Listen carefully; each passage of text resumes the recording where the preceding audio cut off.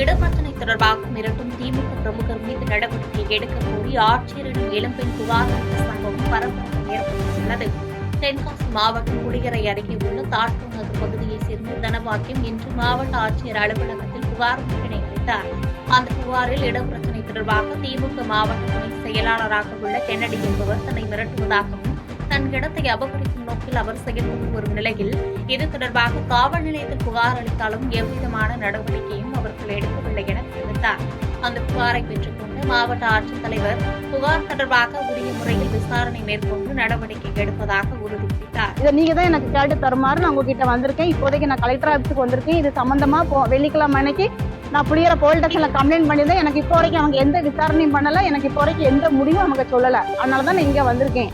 இதையும் மீறி எனக்கு என்ன நடந்தாலும் எனக்கு அவர் தான் பொறுப்பு. எனக்கு அவர் ஆளுங்கட்சியில இருக்கேன். நான் என்னன்னாலும் செய்வோம்னு என்கிட்ட துணிஞ்சு சொல்லுதாரு. பாதகம் செய்பவரை கண்டால் நாம் பயம் கொள்ளலாகாது பாப்பா.